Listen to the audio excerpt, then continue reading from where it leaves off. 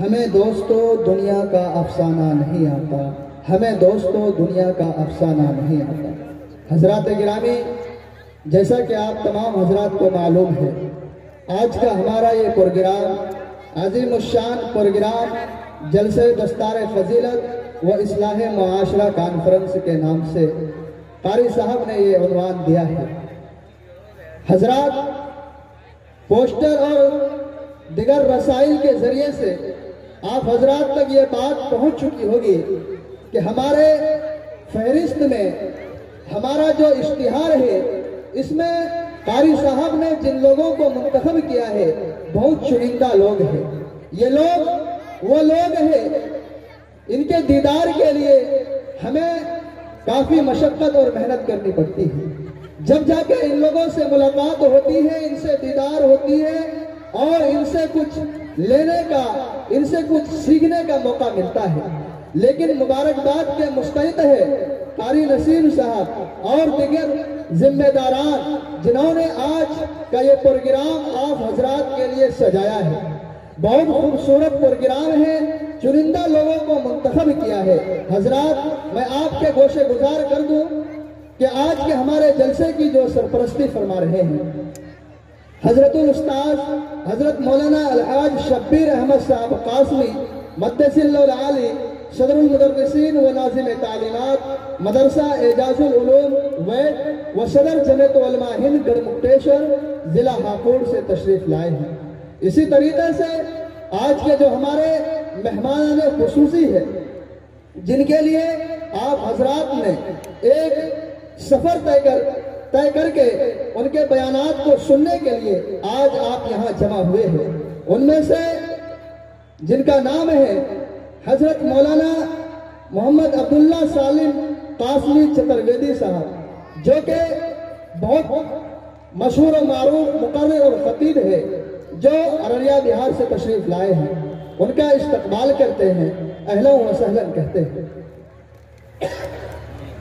اسی طریقے سے آج کے ہمارے اس جلسے کی جو صدارت فرما رہے ہیں رہبر قوم و ملت حضرت مولانا مفتی خورشید انور صاحب قاسمی دامت برکاتہم العالیہ، جو کہ قاضی شریعت ہے ضلع بھاگلپور بہار کے۔ اسی طریقے سے بہت سارے نام ہیں، ان ناموں کو گنانا میں مناسب نہیں سمجھتا کیونکہ وقت ہو چکا ہے۔ اب ہم یہ چاہتے ہیں کہ اپنے مقصد اصلی کی طرف جائے اور تلاوت کلام اللہ اور نعت نبی کے بعد اگر کوئی چیز ہے تو وہ ہے تقریر، کیونکہ ان تینوں میں ایک گہرا ربط اور تعلق ہے۔ ہمارے اسٹیج پر ایسے بھی لوگ بیٹھے ہیں، ہمارے اسٹیج پر ایسے بھی لوگ بیٹھے ہیں جو صبا کی چال بہاروں کا روپ رکھتے ہیں۔ جی حضرات، میدان خطابت کے لیے سب سے پہلے مقرر کو میں دعوت اسٹیج دوں، جن سے میری مراد حضرت مولانا صلاح الدین صاحب قاسمی دامت برکاتہم العالیہ، جو کہ سابق استاد مدرسہ اعجاز العلوم ویٹ ہے، ان سے میں ان کو شعر کے ساتھ میں دعوت اسٹیج دے رہا ہوں۔ خطابت وجد میں آئے تو پھر ہتھیار بن جائے، خطابت وجد میں آئے تو پھر ہتھیار بن جائے، کبھی نیزہ کبھی خنجر کبھی تلوار بن جائے۔ خطابت کی گلفشانی مسلم ہے زمانے میں، یہ نجاشی کے آگے جا کر تیار بن جائے۔ حضرت مولانا صلاح الدین صاحب نے السلام علیکم ورحمۃ اللہ وبرکاتہ۔ وعلیکم السلام۔ بسم اللہ الرحمن الرحیم۔ الحمد للہ الذی ہدانا سواء الطریق وجعلنا التوفیق خیر رفیق والصلاة والسلام علی رسولہ الکریم، اما بعد، فقد قال اللہ تبارک وتعالی فی القرآن المجید بعد اعوذ باللہ من الشیطان الرجیم بسم اللہ الرحمن الرحیم۔ یا ایہا الذین آمنوا ادخلوا فی السلم کافہ ولا تتبعوا خطوات الشیطان انہ لکم عدو مبین۔ صدق اللہ العظیم۔ سبق پڑھ پھر صداقت کا، عدالت کا، شجاعت کا، سبق پڑھ پھر صداقت کا، عدالت کا، شجاعت کا، لیا جائے گا تجھ سے کام دنیا کی امامت کا۔ صدر جلسہ، حاضرین مجلس، محترم علماء کرام، میرے نوجوانان اسلام، میری مائیں اور بہنیں، اللہ کا بہت بڑا احسان اور کرم ہے کہ اس نے ہم سب کو دین کی بات سننے کے لیے اکٹھا فرمایا۔ اس پر اللہ کا جتنا بھی شکریہ ادا کرا کم ہے۔ کسی نے کیا ہی خوب کہا ہے، ناز کرتے ہیں ملک ایسی زمین پر اسعد، ناز کرتے ہیں ملک ایسی زمین پر اسعد، جس پہ دو چار گھڑی ذکر خدا ہوتا ہے۔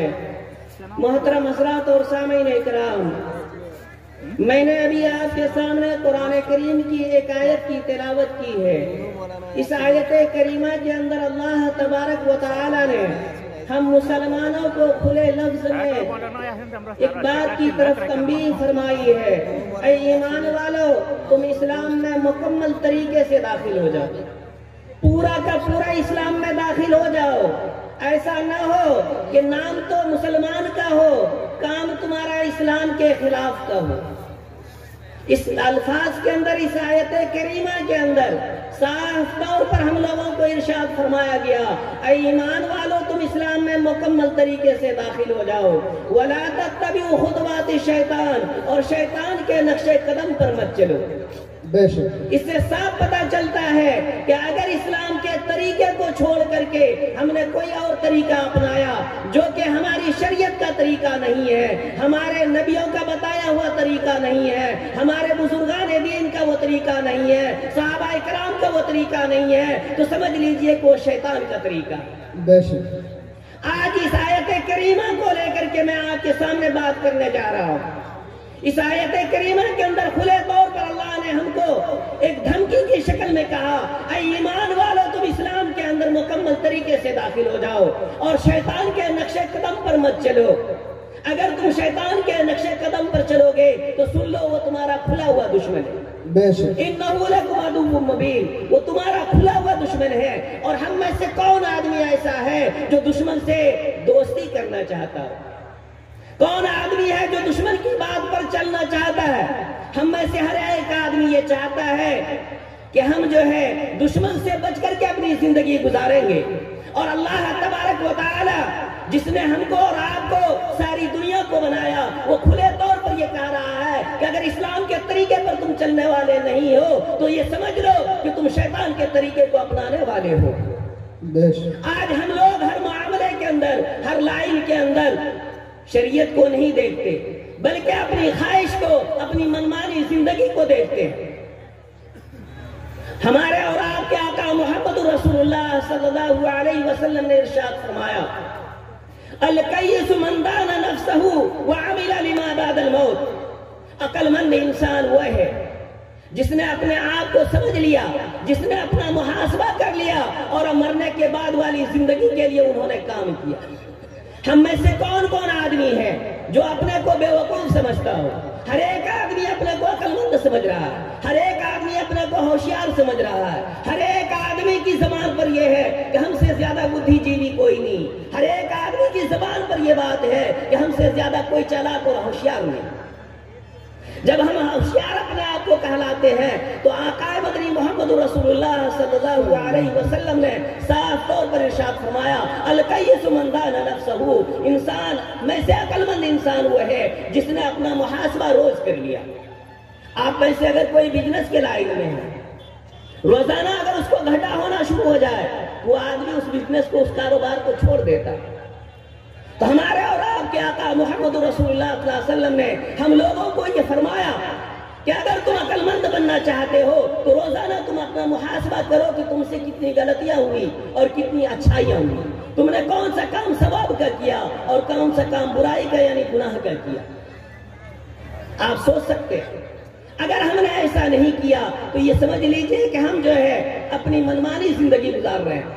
اور جو آدمی منمانی زندگی گزارتا ہے، ہمارے اور آپ کے آقا محمد رسول اللہ صلی اللہ علیہ وسلم نے صاف طور پر ارشاد فرمایا، وَالْعَاجِزُ مَنِ اتَّبَعَ نَفْسَهُ وَهَوَى وَتَمَنَّى عَلَى اللَّهِ، تم میں سے بے وقوف، ناسمجھ، غیر بدھی جیوی جو کہ پاگل ہے وہ آدمی ہے جو اپنی خواہشات نفسانی کا اتباع کرتا ہے، یعنی من میں جو کام آتا ہے وہ کام کرتا ہے، اور پھر بھی امید رکھتا ہے کہ اللہ جو ہماری مغفرت کر دے گا، اللہ کے اوپر امید لگائے رکھتا ہے۔ اس لیے اگر ہم لوگ عقل مند ہیں تو آپ سنیے، قرآن کریم میں صاف طور پر ہے، کنتم خیر امت اخرجت للناس تعمرون بالمعروف وتنہون عن المنکر، تم بہترین امت ہو، تم لوگوں کو بھلائی کا حکم کرتے ہو اور برائی سے روکتے ہو۔ اگر ہم بہترین ہیں، اچھے ہیں، تو قرآن کریم نے ہماری تعریف کر دیا، ان اچھے لوگوں میں سے بھی خاص کر دیا۔ آقا مدنی محمد رسول اللہ صلی اللہ علیہ وسلم نے خیرکم من تعلم القرآن وعلمہ، تم میں سب سے بہترین وہ انسان ہے جو قرآن کو سیکھے اور سکھائے۔ آج جس مجلس میں آپ بیٹھے ہوئے ہیں یہ قرآن کریم کے پورا کرنے کی وجہ سے دستار بندی کا جلسہ بھی ہے، اس کو کوئی معمولی چیز آپ نہ سمجھیں، یہ بہتر انسانوں میں سے بھی بہتر چیز ہے۔ اس کی مثال آپ یوں سمجھ لیجئے، کارخانے سے کاغذ تیار ہوتا ہے، اسی کاغذ سے آپ کے اخبار بھی بنتے ہیں، اسی کاغذ کے ذریعے سے آپ کی کاپیاں بھی تیار ہوتی ہے، اسی کاغذ کے ذریعے سے ہندی کے بک، انگریزی کے بک، میتھ اور سائنس کی بھی بک تیار ہوتے ہیں، سائنس، میتھ، ان سب کی کتابیں بھی تیار ہوتی ہے، اور اسی کاغذ سے جو ہے قرآن کریم بھی تیار ہوتا ہے۔ لیکن آپ اپنے سینے پر ذرا ہاتھ رکھ کر کے سوچئے، جب آپ قرآن کریم کے کہیں نسخے کو دیکھتے ہیں یا قرآن کریم کو دیکھتے ہیں تو اس کو کس نگاہ سے دیکھتے ہیں؟ یہ اللہ کا کلام ہے، اس کی حفاظت کرنی چاہیے، اور اس کو کس طریقے سے رکھتے ہیں؟ کپڑے میں سجا کر کے کسی اونچی جگہ پر رکھتے ہیں، اور کبھی اس کو ناپاک ہاتھ نہیں لگاتے، چونکہ قرآن کریم میں بھی ہے لا یمسہ الا المطہرون، اس کو ناپاکی کی حالت میں نہیں چھونا چاہیے۔ اس لیے ہم لوگ کیا کرتے ہیں کہ اس کو وضو کے ساتھ چھوتے ہیں، پکڑتے ہیں۔ تو یہی حال ہے جو قرآن کریم کو پڑھتا ہے، عام انسانوں کی طرح وہ کاغذات ہے، لیکن جس کے دل میں قرآن کریم آ گیا، جو قرآن کریم کا حافظ ہو گیا، آپ سمجھ لیجئے اس کا مرتبہ کتنا بڑا ہے کہ وہ سب سے اونچے اور اوپر درجے کی چیز ہے۔ بے شک آپ سمجھ سکتے ہیں، آپ کو ایک واقعہ میں سناتا ہوں، آپ سمجھ سکتے ہیں کہ یہ جو ہے کوئی معمولی چیز نہیں ہے۔ اگر ہم نے بچپنے میں یاد نہیں کیا قرآن کریم کو، یا بچپنے میں جو ہے اسلام اور شریعت کی باتوں کو نہیں پڑھا، تو پڑھنے کے لیے کوئی قید نہیں ہے۔ امام مالک رحمۃ اللہ علیہ مدینہ منورہ کے اندر مسجد نبوی میں حدیث کا درس دیتے تھے، قرآن کریم کا درس دیتے تھے۔ اس کی پڑھانے کا چرچا جو ہے بہت دور تک جب پھیل گیا، ایک آدمی کے دل میں شوق پیدا ہوا شادی کرنے لینے کے بعد کہ چلو اب امام مالک رحمۃ اللہ علیہ کی درس میں ہم بھی سبق حاصل کر لیں، ان سے سبق سیکھ لیں، ان سے کچھ پڑھ لیں۔ اس نے اپنی بیوی سے اجازت چاہی کہ مجھے جو ہے پڑھنے کا شوق ہے، اگر تمہاری اجازت ہو تو میں پڑھنے کے لیے مدینہ چلا جاؤں امام مالک رحمۃ اللہ علیہ کے پاس۔ اس کی بیوی حمل سے تھی، اس نے کہا جائیے آپ پڑھنے کے لیے، آپ کو شوق ہے۔ وہ پڑھنے کے لیے نکل جاتے ہیں اور مدینہ پہنچ جاتے ہیں۔ امام مالک رحمۃ اللہ علیہ کے درس میں 1 سال رہے، 2 سال رہے، 3 سال ہونے کے بعد وہ اپنی بیوی کو خط لکھتا ہے کہ جتنا میں چاہ رہا تھا پڑھنے کے لیے ابھی تک میں نے اتنا نہیں پڑھ پایا ہے، اسی لیے اگر تم کو میں اختیار دیتا ہوں، اگر تم میری بیوی رہ کر کے زندگی گزارنا چاہتی ہو تو بہت اچھی بات، اور اگر تم میری بیوی رہ کر کے زندگی نہیں گزارنا چاہتی ہو تو تمہیں میں اختیار دیتا ہوں کسی دوسرے انسان سے شادی کر لو۔ لیکن اس کی بیوی بھی بہت سمجھدار تھی، وہ کہنے لگی، انہوں نے خط میں لکھا، کیا لکھا کہ اگر آپ 3 سال نہیں 30 سال بھی اگر نہیں آئیں گے تو بھی ہم کو کوئی غم نہیں ہے، اور میں آپ کی جوزیت سے نکل کر کے دوسرے مرد کی جوزیت میں جانا نہیں چاہتی۔ اگر آپ کی موت قرآن اور حدیث کے سیکھنے کے درمیان میں ہو جائے گی تو میں یہ سمجھ لوں گی کہ اللہ نے جو ہے میرے شوہر کو حدیث کے اوپر بھیٹ چڑھا دیا، قرآن کے سیکھنے میں جو ہے اس کی موت ہو گئی، انہوں نے شہید کا درجہ پایا، اور میں اپنے آپ کو تسلی دلا لوں گا۔ اس طریقے سے وہ امام مالک رحمۃ اللہ علیہ کے پاس 16 سال تقریباً رہے۔